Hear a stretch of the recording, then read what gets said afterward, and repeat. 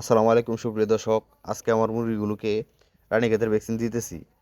রানীক্ষেতের vaccine দ্বিতীয় dose সবগুলোই সম্পূর্ণ করলাম। আমি মোটামুটি সবগুলো ভ্যাকসিনই দিয়ে থাকি, কারণ ভ্যাকসিন না দিলে অনেক সময় মুরগি ভাইরাসে আক্রান্ত হয়।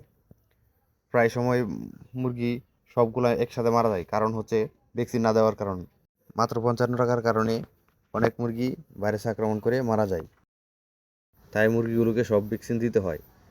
এর মধ্যে দুটি দুটি ভ্যাকসিনই হচ্ছে প্রধান ভ্যাকসিন, কারণ রানীক্ষেত আর হচ্ছে ফাউল কলেরা, এই দুটি ভাইরাস যদি আক্রমণ করে মুরগি অবশ্যই মারা যায়। কোনো অ্যান্টিবায়োটিক খাওয়ালেই কোনো কাজ হয় না।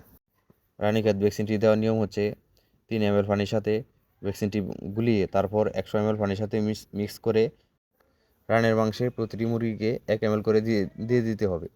তারপর এই ভাইরাস থেকে আমরা সংক্রমণ পেতে পারি। ধন্যবাদ সবাইকে।